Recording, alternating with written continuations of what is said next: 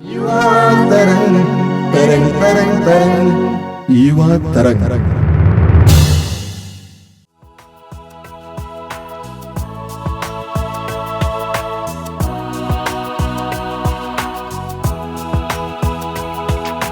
जीता हूँ मैं यीशु के कारण, करता हूँ मैं प्यार यीशु के कारण।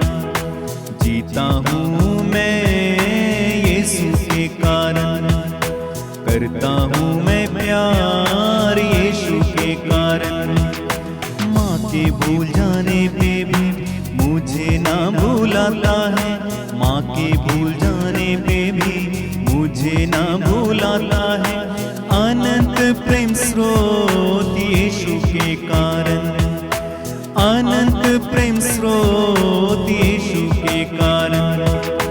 यीशु के कारण, यीशु के कारण, यीशु के कारण, यीशु के कारण, यीशु के कारण, सब कुछ यीशु के कारण, यीशु के कारण, सब कुछ यीशु के कारण। जिसने निंदा की, जिसने चोट दी, यीशु के कारण मैं क्षमा करता हूँ।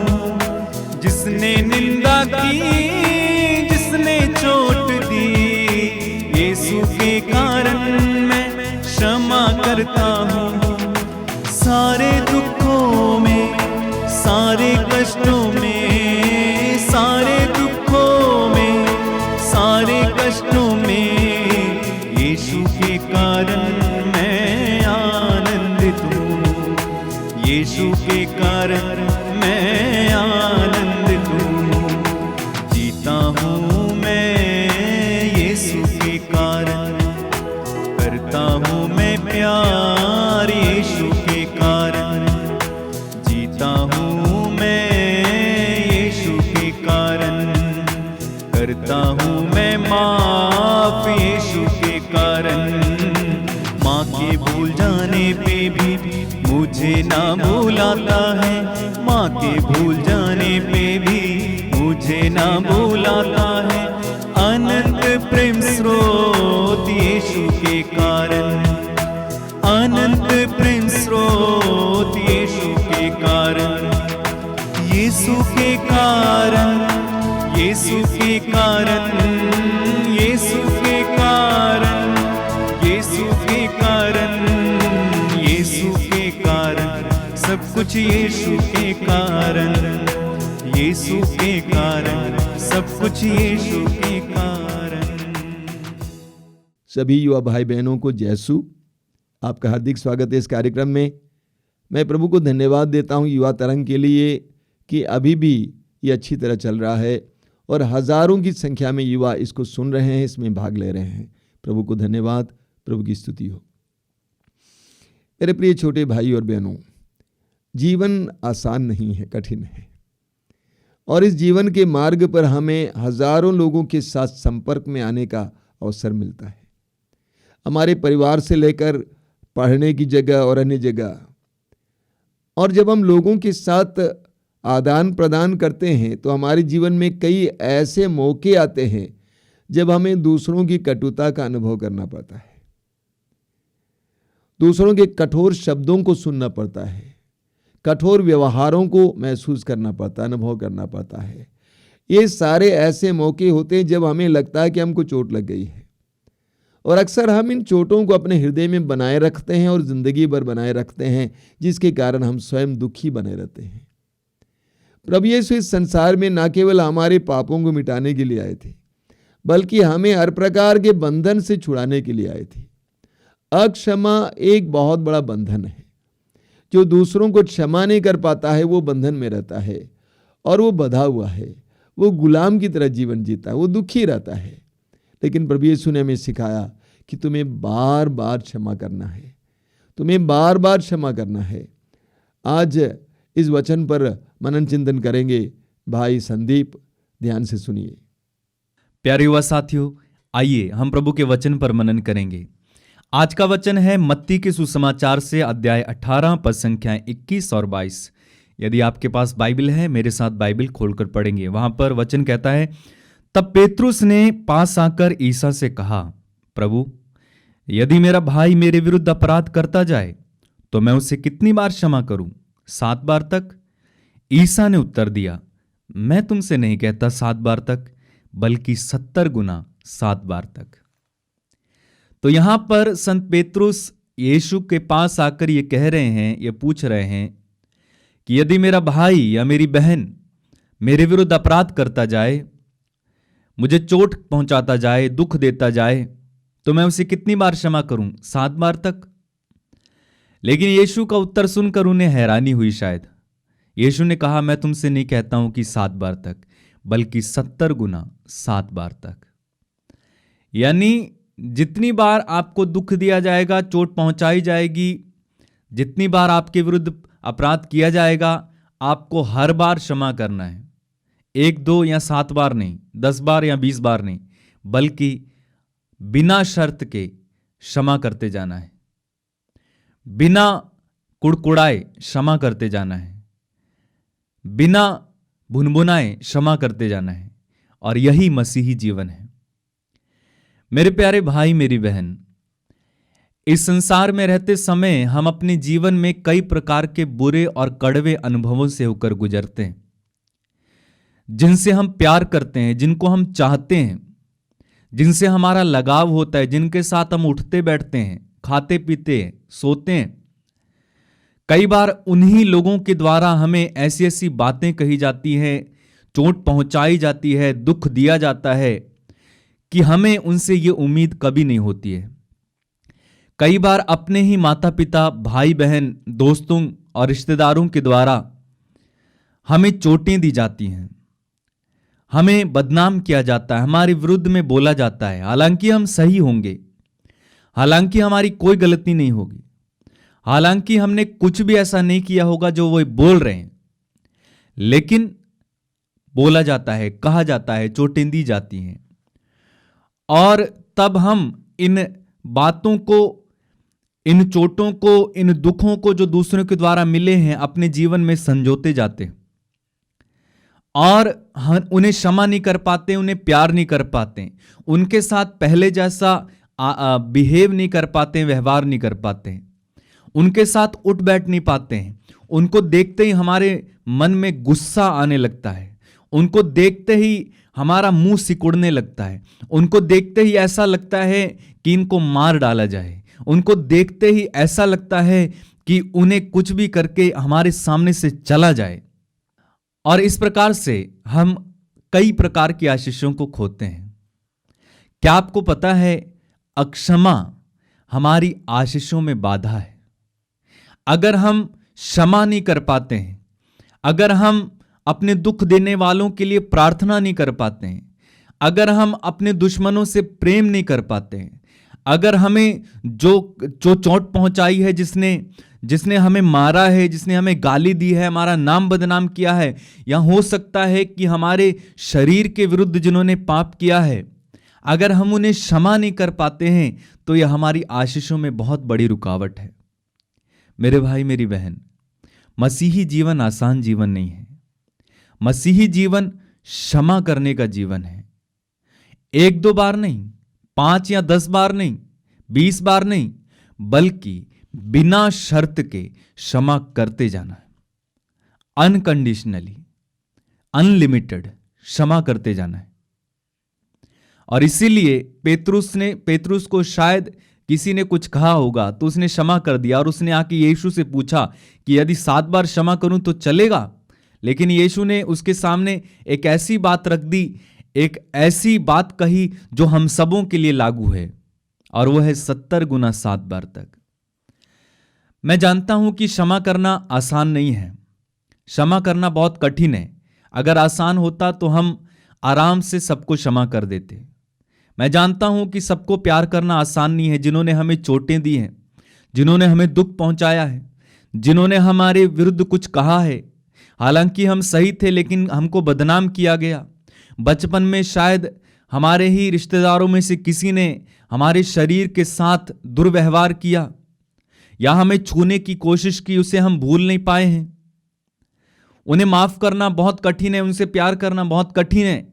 लेकिन यदि हम पवित्र आत्मा की सहायता मांगेंगे, यदि हम प्रभु की सहायता मांगकर उन्हें क्षमा करेंगे और ये याद करेंगे कि प्रभु ने कैसे अपने बैरियों को क्षमा कर दिया। प्रभु के लिए क्षमा करना शायद कठिन था, लेकिन उन्होंने क्षमा किया और ये दिखाया कि जैसे मैंने क्षमा किया है तुम भी करो। एक बार मुझे एक गवाही सुनने को मिली, सुंदर गवाही। 2 बहनें थीं, उनकी माताजी गुजर गई थीं, घर में पिताजी थे केवल, कोई भाई नहीं था। मां के मरने के बाद पिताजी ने बहुत शराब पीना शुरू कर दिया और हर दिन जब वो घर पर आते थे शाम को शराब पीकर आते थे, कोई होश नहीं रहता था।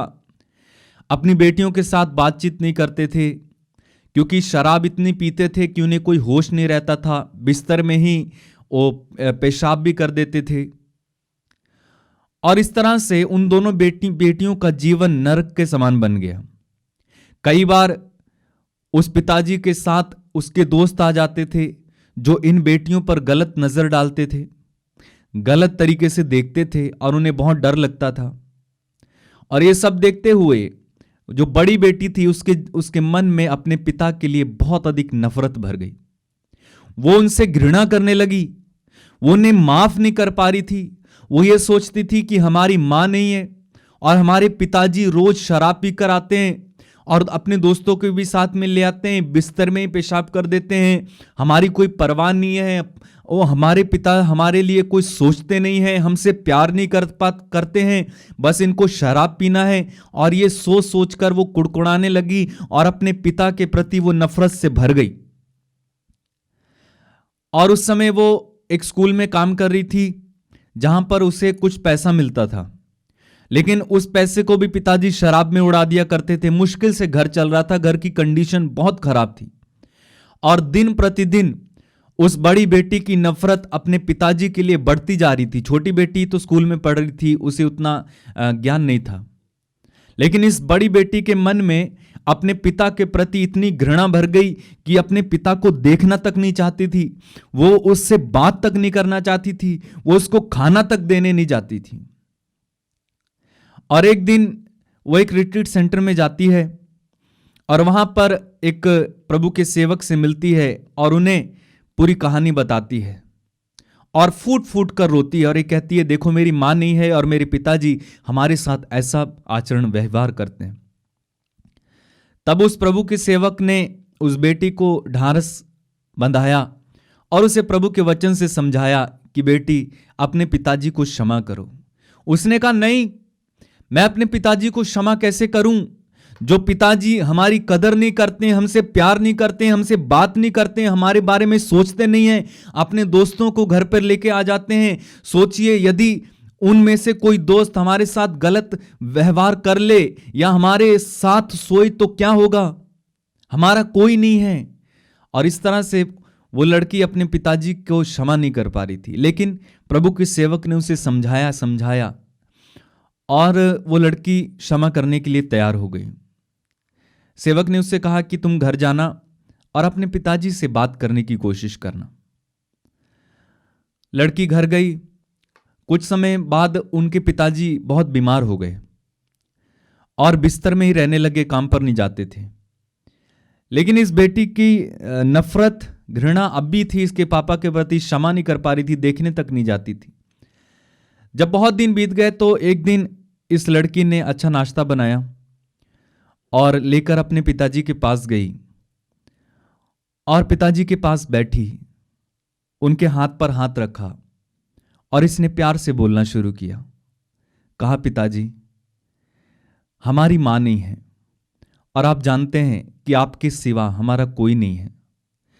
आप शराब पीकर आते हैं, हमसे बात नहीं करते हैं, आप अपने दोस्तों को भी साथ में लेकर आते हैं। यदि हमारे साथ कुछ हो जाएगा या आपको कुछ हो जाएगा तो हम क्या करेंगे, कैसे जिएंगे? और वो बोलती गई। उसके हृदय में जो कुछ था उसने बोला पिताजी से और अंत में वो रोते रोते शांत हो गई।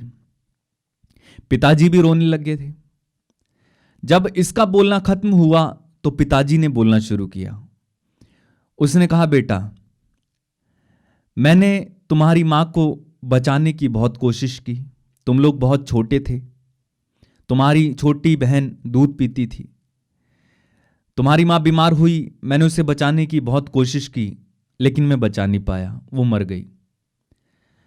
लेकिन तुम लोग बहुत छोटे थे, तुम लोग में इतनी समझ नहीं थी, तो सारा काम मैं करता था, तुम्हें खाना बना के मैं खिलाता था, तुम्हें तैयार मैं करता था, तुम्हें नहलाता मैं था, कपड़े मैं धोता था, तुम्हारे बाल मैं बनाता था, स्कूल मैं ले जाता था। जो काम माँ करती है वो माँ का प्यार भी तुम्हें मैंने दिया है। और ऐसे करते करते पिताजी भी रोने लगे, और तब उस बेटी को एहसास हुआ कि मेरे पिताजी ने हमारे लिए कितना किया है। और दोनों एक दूसरे के गले मिलकर रोते हैं, और थोड़े दिन बाद पिताजी ठीक हो जाते हैं। लेकिन ठीक होने के बाद पिताजी का व्यवहार बदल जाता है, वो घर जल्दी आने लगते हैं, धीरे धीरे पीना छोड़ देते हैं। अब जब घर में आते हैं तो अपने साथ कुछ ना कुछ बच्चों के लिए लेकर आते हैं। तो जब उस बेटी ने अपने पिता को क्षमा कर दिया, उनसे बात की बैठ के, उनसे प्यार करना शुरू कर दिया, पिताजी बदल गए। ठीक इसी तरह जब हम अपने दुख देने वालों को क्षमा करते हैं, उनसे बात करते हैं, उनसे प्यार करने लगते हैं, वो बदल जाते हैं। बाइबल में लिखा हुआ है, यदि आपका दुश्मन भूखा है तो उसे खिलाएं, यदि वो प्यासा है तो उसे पिलाएं।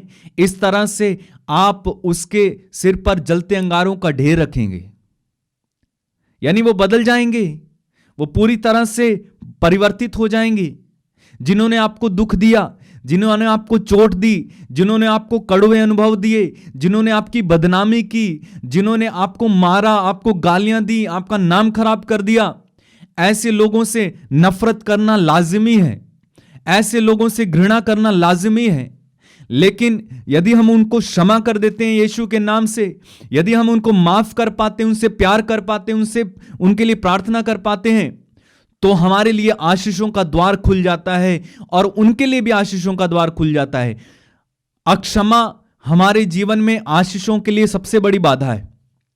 ईश्वर जो आशीष हमें देना चाहते हैं, जो कृपाएं हमें देना चाहते हैं, जो आशीर्वाद हमें देना चाहते हैं, अक्षमा उनके लिए एक बाधा है। हम आगे नहीं बढ़ पाते हैं, हम उन्नति नहीं कर पाते, हम अपने जीवन में कुढ़ते हुए जीते हैं, कुछ कर नहीं पाते हैं, सफल नहीं हो पाते हैं, उन्नति नहीं कर पाते हैं, हमारी प्रार्थनाओं का उत्तर नहीं आता है, और कई कारण हैं। हमारे शरीर में रोग होने लगते हैं, हमारा मन कुंठित हो जाता है। अक्षमा और दोष भावना लिए जीना, किसी के प्रति नफरत लेकर जीना, किसी के प्रति बैर लेकर जीना, ऐसे जीवन में प्रभु की कृपा नहीं बह सकती है, कभी शांति नहीं हो सकती है। आप जानते हैं यूहन्ना अपने पहले पत्र में अध्याय 2 में पद संख्या 10 में क्या कहते हैं? वो कहते हैं, जो अपने भाई को प्यार करता है वो ज्योति में निवास करता है और कोई कारण नहीं है कि उसे ठोकर लगे, परंतु जो अपने भाई से बैर करता है वह अंधकार में है और अंधकार में चलता है, वह यह नहीं जानता कि कहां जा रहा है, क्योंकि अंधकार ने उसे अंधा बना दिया है। तो यदि हम अपने भाई से प्यार नहीं कर पाते हैं, बहन से प्यार नहीं कर पाते हैं, तो हम अंधकार में हैं। हालांकि हम प्रार्थना करते होंगे, वचन पढ़ते होंगे, लेकिन इन सब से कोई फायदा नहीं है। हो सकता आप वचन सुनाते होंगे, गाना गाते होंगे, लेकिन यदि आप अपने भाई से प्यार नहीं कर पाते, अपने दुश्मनों को क्षमा नहीं कर पाते हैं, तो हम अभी तक अंधकार में हैं। वही संत यूहन्ना अध्याय 3 पद संख्या 15 में कहते हैं, जो अपने भाई से बैर करता है वह हत्यारा है, और तुम जानते हो कि किसी भी हत्यारे में अनंत जीवन नहीं होता, कोई आशीष नहीं होती, कोई आशीर्वाद नहीं होता, कोई कृपा नहीं होती है। यदि हम अपने भाई से बैर करते हुए जीते हैं, मेरे भाई मेरी बहन, हमारे जीवन में कोई आशीष, कोई कृपा नहीं होगी। आशीषों और कृपाओं को खा जाएगी अक्षमा। आपके शरीर को नुकसान होगा, आपके मन की स्थिति को नुकसान होगा, आपके आगे बढ़ने में बाधा होगी, आपकी प्रार्थनाओं का उत्तर आने में बाधा होगी। हो सकता है आप बीमार रहने लग जाओ, हो सकता है आपके बिजनेस में घाटा हो। और उसी संत यूहन्ना के अध्याय 4 पद संख्या 20 में लिखा हुआ है, संत यूहन्ना कहते हैं, यदि कोई कहता है कि मैं ईश्वर को प्यार करता हूं और वह अपने भाई से बैर करता है तो वह झूठा है। यदि वह अपने भाई को जिसे वह देखता है प्यार नहीं करता, तो वह ईश्वर को जिसने उसे कभी नहीं देखा प्यार नहीं कर सकता। यदि हम अपने भाई को जिसको हम देखते हैं उसको प्यार नहीं कर पाते, तो ईश्वर को जिसे हमने नहीं देखा कभी, उसे हम प्यार नहीं कर पाएंगे। मेरे भाई मेरी बहन, हमें क्षमा करना सीखना होगा। एक दो बार नहीं, बार बार क्षमा करना सीखना होगा। और आप जानते हैं, जब आप क्षमा करते हैं आप लेवल में बढ़ते जाते हैं, आध्यात्मिकता के लेवल में बढ़ते हैं, दूसरे लेवल में बढ़ते हैं। जब आप दूसरों को क्षमा करने लगते हैं आप कृपाओं में बढ़ते हैं। यह आपके लिए कृपा पाने का क्षण है। दूसरों को क्षमा करना आपके लिए आशीष पाने का क्षण है। ये ऐसा नहीं है, कई बार हमें शर्म आती है कि हम दूसरों को जाके सॉरी बोलेंगे तो हमें छोटा होना पड़ेगा। हमें कहेंगे कि अरे देखो उसने आकर हमसे सॉरी बोला, अरे देखो उसने आके हमसे क्षमा मांगी। कोई बात नहीं, बोलने दीजिए, लेकिन आप परमेश्वर की दृष्टि में आशीर्वादित हो रहे हैं। आप परमेश्वर की दृष्टि में आशीर्वादित हो रहे हैं, आप आशीषों से भरे जा रहे हैं। अब बताइए मुझे, आपको एक तरफ आशीष मिल रही है और एक तरफ आपको कहा जा रहा है कि देखो उसने आकर हमसे क्षमा मांगी इसलिए हम क्षमा नहीं मांग रहे, तो आप क्या करेंगे? आपको आशीषों की ओर जाना चाहिए। कोई बात नहीं अगर हम उनसे जाके क्षमा मांग लेंगे, कोई बात नहीं अगर हम उनसे जाके झुक जाएंगे, उनके पैर पड़ जाएंगे, अगर वो फिर से ये भी कहते हैं कि देखो उसने आकर हमसे क्षमा मांगी, कोई बात नहीं, लेकिन आपने अपने ईश्वर की दृष्टि में अच्छा काम किया है, आपके लिए स्वर्ग द्वार खुल जाएगा। अब कुछ लोग कहेंगे कि हमें अपने भाई के प्रति या बहन के प्रति कोई नफरत नहीं है, हमने क्षमा कर दिया, लेकिन हम उनसे बात नहीं करेंगे। ठीक है, हमने क्षमा कर दिया, लेकिन हमारे दिल में कुछ नहीं है, लेकिन हम उनके साथ नहीं रहेंगे, तो इसका मतलब आपने क्षमा नहीं किया। देखो, आपने क्षमा किया है या नहीं किया है, इसका सबूत क्या है?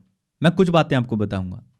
यदि आपने जिसको क्षमा किया है उसको देखकर आपको अभी भी कुड़कुड़ाहट होती है, अभी भी उसको देखने का मन नहीं करता है, तो आपने क्षमा नहीं किया। यदि उस भाई या बहन को देखते ही आपके मन में गुस्सा आने लगता है, तो आपने क्षमा नहीं किया। यदि उस भाई या बहन को देखते ही आपके मन में पुरानी बातें याद आने लगती हैं और फिर से चोट मिलती है, आपने क्षमा नहीं किया। यदि उस भाई या बहन को देखते ही आपका मुंह सिकुड़ जाता है या आप मुंह इधर करके चले जाते हैं, तो आपने क्षमा नहीं किया। हालांकि आप कहते होंगे कि हमने क्षमा कर दिया, लेकिन पूरे हृदय से क्षमा नहीं किया। यदि उस भाई या बहन को देखकर आप मुस्कुरा नहीं पाते, तो आपने क्षमा नहीं किया। यदि उस भाई या बहन के लिए आप प्रार्थना नहीं कर पाते, आप उनके लिए आशीर्वाद नहीं मांग पाते, इसका मतलब आपने क्षमा नहीं किया। यदि उस भाई या बहन की उन्नति से आप जलते हैं, तो इसका मतलब आपने क्षमा नहीं किया। यदि उस भाई या बहन जो कि आगे बढ़ रहा है उसको देखकर आप जलने लगते हैं, उसके बारे में अभी भी उल्टी बातें बोलते हैं, उनके बारे में अभी भी जाकर किसी को बोलते हैं, इसका मतलब आपने क्षमा नहीं किया। और अगर आप पूरे हृदय से दूसरों को क्षमा नहीं करेंगे, तो प्रभु कहते हैं तुम्हारे स्वर्गीय पिता भी तुम्हारे अपराध क्षमा नहीं करेंगे। मत्ती के सुसमाचार अध्याय 6 पद संख्या 14 में यीशु कहते हैं, यदि तुम दूसरों के अपराध क्षमा करोगे तो तुम्हारा स्वर्गीय पिता भी तुम्हें क्षमा करेगा, परंतु यदि हम दूसरों को क्षमा नहीं करेंगे तो तुम्हारा पिता भी तुम्हारे अपराध क्षमा नहीं करेगा। मेरे भाई मेरी बहन, मसीही जीवन आसान जीवन नहीं है। मैंने कहा आपको क्षमा करना होगा, आपको प्यार करना होगा, आपको अपने शत्रुओं से प्रेम करना होगा। इसी तरह मत्ती के सुसमाचार अध्याय 5 पद संख्या 43 में यीशु कहते हैं, तुम लोगों ने सुना है कि कहा गया है अपने पड़ोसी से प्रेम करो और अपने बैरी से बैर, परंतु मैं तुमसे कहता हूं अपने शत्रुओं से प्रेम करो और जो तुम पर अत्याचार करते हैं उनके लिए प्रार्थना करो, इससे तुम अपने स्वर्गीय पिता की संतान बन जाओगे। इसलिए हमें क्षमा करना है, हमें क्षमा करना है ताकि हमारे लिए आशीषों में बाधा ना बने। हमें क्षमा करना है कि हमारी प्रार्थनाओं में बाधा ना आए। हमें क्षमा करना है कि हमारे आध्यात्मिक जीवन में बाधा ना आए। हमें क्षमा करना है क्योंकि हम यीशु को मानते हैं। हमें क्षमा करना है क्योंकि यीशु ने हमें क्षमा किया है। आप जानते हैं हम कितने अपराध पाप करते हैं और उसके पास जाकर यीशु से क्षमा मांगते हैं और यीशु हमें क्षमा भी कर देते हैं। उस क्रूस पर देखिए जहां पर यीशु टंगे हुए हैं, यीशु हमारे पापों की क्षमा के लिए क्रूस पर मर गए। उन्होंने न जाने कितने अपराधों को क्षमा किया है। क्या आप जानते हैं बचपन से लेकर अभी तक हमने कितने पाप किए, हमने कितने अपराध किए और उनके लिए हमने जाकर प्रभु से माफी मांगी है और प्रभु ने हमें क्षमा किया है। तो क्या हम क्षमा नहीं कर सकते? क्या हम माफ नहीं कर सकते? प्रभु ने हमें इतना क्षमा किया है, क्या हम इतना सा क्षमा नहीं कर सकते? प्रभु ने हमें इतना दिया है, क्या हम इतना सा नहीं दे सकते? जिस प्रभु से हम दया की याचना करते हैं, तो क्या हमें दूसरों पर दया नहीं करनी चाहिए? जिस प्रभु से हम क्षमा मांगते हैं, तो क्या हमें भी दूसरों को क्षमा नहीं करना चाहिए? मैं एक आपको उदाहरण देकर अंत करूंगा कि किस तरह से आशीषों में बाधाएं हैं क्षमा ना करना। मैं एक उदाहरण देकर समाप्त करूंगा। एक बार मैंने एक गवाही सुनी। एक लड़का अपने माता पिता से लड़ झगड़ कर गुस्सा होकर भाग गया, घर से भाग गया। हालांकि वो पढ़ा लिखा था, इसलिए वो अलग अलग जगह पर नौकरी करता था, लेकिन जहां भी नौकरी करता था थोड़े दिन के बाद उसे नौकरी छोड़नी पड़ती थी। पता नहीं उसे क्या होता था, जहां भी वो नौकरी करता था थोड़े थोड़े दिन बाद वो उस नौकरी को छोड़ता जाता था। कहीं भी वो टिक नहीं पा रहा था, उन्नति नहीं कर पा रहा था, पैसा नहीं टिक रहा था। और अंत में वो इतना फ्रस्ट्रेटेड हो गया कि उसने सोचा कि मैं आत्महत्या कर लूंगा। और आत्महत्या करने जा रहा था, ठीक उसी समय उसके मन में आया कि चलो पास में एक प्रार्थनालय है, उसमें चलते हैं और अपनी बात उस पुरोहित को बताऊंगा और उसके बाद मैं मर जाऊंगा। और वो कम से कम रात को 12-1 बजे उस प्रार्थनालय में पहुंचता है और खटखटाता है। पुरोहित जाते हैं और पूछते हैं कि क्या हुआ, और उसने अपनी सारी बात बताई कि मैं इस तरह से अपने माता पिता से लड़कर घर से भाग आया हूँ, मैं उनसे बात नहीं करता हूँ, लेकिन मैं जहाँ भी नौकरी करता हूँ वो नौकरी जो है चली जाती है, मैं उन्नति नहीं कर पा रहा हूँ, मेरे पास पैसा नहीं टिकता है, मैं परेशान हूँ, मैं फ्रस्ट्रेटेड हूँ, इसलिए मैं आत्महत्या करने जा रहा हूँ। तब पुरोहित ने उसकी सारी बातें सुनी, उसे अपने पास में बैठाया और उसे मदद की, और उसने कहा कि अपने माता पिता को क्षमा कर दो और उनके पास जाओ, उनसे बात करो। और यह समझाकर पुरोहित ने उसे भेज दिया। अच्छा, जिस जगह वो अब काम कर रहा था वो जगह पास में थी, लेकिन इतने में भी वो अपने माता पिता से बात नहीं कर रहा था। कुछ समय बाद वो पुरोहित उनके स्कूल में चले गए जहां पर वो काम कर रहा था, और अचानक उन्होंने देखा कि वो वहां पर लड़का वो खड़ा हुआ है, और उन्होंने उससे बुलाया और उन्होंने कहा कि आप यहाँ क्या कर रहे हैं? उसने बोला कि मैं इसी स्कूल में अभी पढ़ा रहा हूं। तो उस पुरोहित ने पूछा कि आप अपने माता पिता से बात करते हैं, आपने क्षमा किया? तो उसने कहा कि मैं क्या बात करूं अपने माता पिता से, कैसे बात करूं? तो पुरोहित ने कहा अपना फोन निकालो और फोन लगाओ अपने पिता को। और जैसे ही फोन लगा रहे थे, बेल जा रही थी, तो अब पुरोहित से पूछता है कि मैं अपने पापा को क्या बोलूं? तो पुरोहित ने कहा मेरे पापा नहीं है, तुम्हारे पापा हैं, तुम बात करो। और जैसे ही फोन उठाया गया, उधर से पापा की आवाज आई, हेलो। इधर से बेटे ने बोला हेलो। जैसे ही पापा ने बेटे का हेलो सुना, पापा फूट फूट कर रोने लगे और कहने लगे, बेटा तू कहाँ है? हम तुमको याद करते हैं, हमें माफ कर दो, तुम घर आ जाओ। उसने शायद ये उम्मीद नहीं की थी अपने पिता से, लेकिन पिता ने इतना प्यार उसको दिखाया कि उसका दिल पिघल गया। ये भी रोने लगा, अपनी माता से भी बात की, और उसके बाद ये घर गया, क्षमा कर दिया, सबको प्यार करने लगा। ठीक उस समय उसको एक अच्छी नौकरी मिल गई, उसकी कुछ दिनों बाद उसकी शादी भी हो गई, आशीषों के भंडार उसके लिए खुल गए। मैं आपसे क्या कहना चाहता हूं कि जब हम क्षमा करते हैं, हमारे लिए आशीषों में कोई रुकावट नहीं है। मेरे भाई मेरी बहन, जिन्होंने भी आपको दुख दिया है, चोट दी है, नाम बदनाम किया है, आपका कुछ भी किया है, उन्हें आज क्षमा कर दो। यीशु के लिए क्षमा कर दो। हम यीशु के लिए जिए, हमें अनंत जीवन के लिए जीना है। क्या पता अक्षमा की भावना रखकर हम अनंत जीवन से चूक जाएं, इसलिए हमें क्षमा कर देना है ताकि हम आशीषित हो सकें, उन्नति कर सकें। आपको प्रभु इन वचनों के द्वारा आशीर्वाद दे। आमीन। धन्यवाद संदीप, आपके प्रभावशाली वचनों के लिए। प्रभु आपको आशीष दें। आइए हम प्रार्थना करें। अपनी आंखें बंद रखिए। प्रभु यीशु, धन्यवाद देते हैं आज के सुंदर दिन के लिए, इन पवित्र क्षणों के लिए, आज के सुंदर वचन के लिए धन्यवाद देते हैं। तो अपने एक एक वचन के द्वारा हमें चंगा करता है, हमें शुद्ध और पवित्र करता है, हमारे बंधनों को खोलकर हमें आज़ाद करता है। तूने हमें सिखाया है कि एक बार नहीं, 7 बार नहीं, बल्कि 70 गुना 7 बार हमें दूसरों को क्षमा करने की ज़रूरत है। और तूने करके दिखाया। तूने प्रार्थना की अपने लोगों के लिए कि पिता इन्हें क्षमा कर, क्योंकि ये नहीं जानते क्या कर रहे हैं। हमारे व्यक्तिगत जीवन में बहुत सारी समस्याएं होती हैं। प्रभु यीशु, मेरे छोटे भाई बहनों के हृदयों में बहुत चोटें हैं।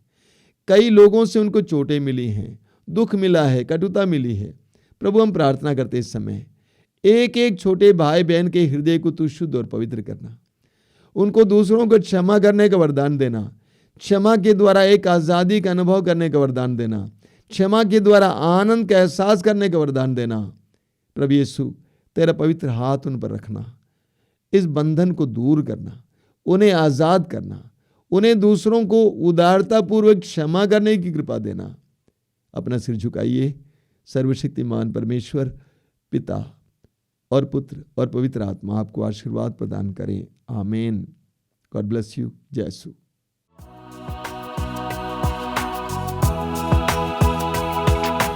जीता हूँ मैं यीशु के कारण, करता हूँ मैं प्यार यीशु के कारण। जीता हूँ मैं यीशु के कारण, करता हूँ मैं प्यार यीशु के कारण। माँ के भूल जाने पे भी मुझे ना भूलाता है, माँ के भूल जाने पे भी मुझे ना भूलाता है। अनंत प्रेम स्रोत यीशु के कारण, अनंत प्रेम स्रोत यीशु के कारण। यीशु के कारण, यीशु के कारण, यीशु के कारण, यीशु के कारण, यीशु के कारण, सब कुछ यीशु के कारण, यीशु के कारण, सब कुछ यीशु के कारण। जिसने निंदा की, जिसने चोट दी, यीशु के कारण मैं क्षमा करता हूँ। जिसने निंदा की, जिसने चोट दी, यीशु के कारण मैं क्षमा करता हूँ। सारे दुखों में, सारे कष्टों में, सारे दुखों में, सारे कष्टों में, यीशु के कारण मैं आनंदित हूँ। यीशु के कारण मैं आनंदित हूँ। जीता हूँ मैं यीशु के कारण, करता हूँ मैं प्यार यीशु के कारण। जीता हूँ मैं यीशु के कारण, करता हूँ मैं माफ यीशु के कारण। माँ के भूल जाने पे भी मुझे ना भूलाता है, माँ के भूल जाने पे भी मुझे ना भूलाता है। अनंत प्रेम स्रोत यीशु के कारण, अनंत प्रेम स्रोत यीशु के कारण। यीशु के कारण, यीशु के कारण, यीशु के कारण, यीशु के कारण, यीशु के कारण, सब कुछ यीशु के कारण, यीशु के कारण, सब कुछ यीशु के कारण।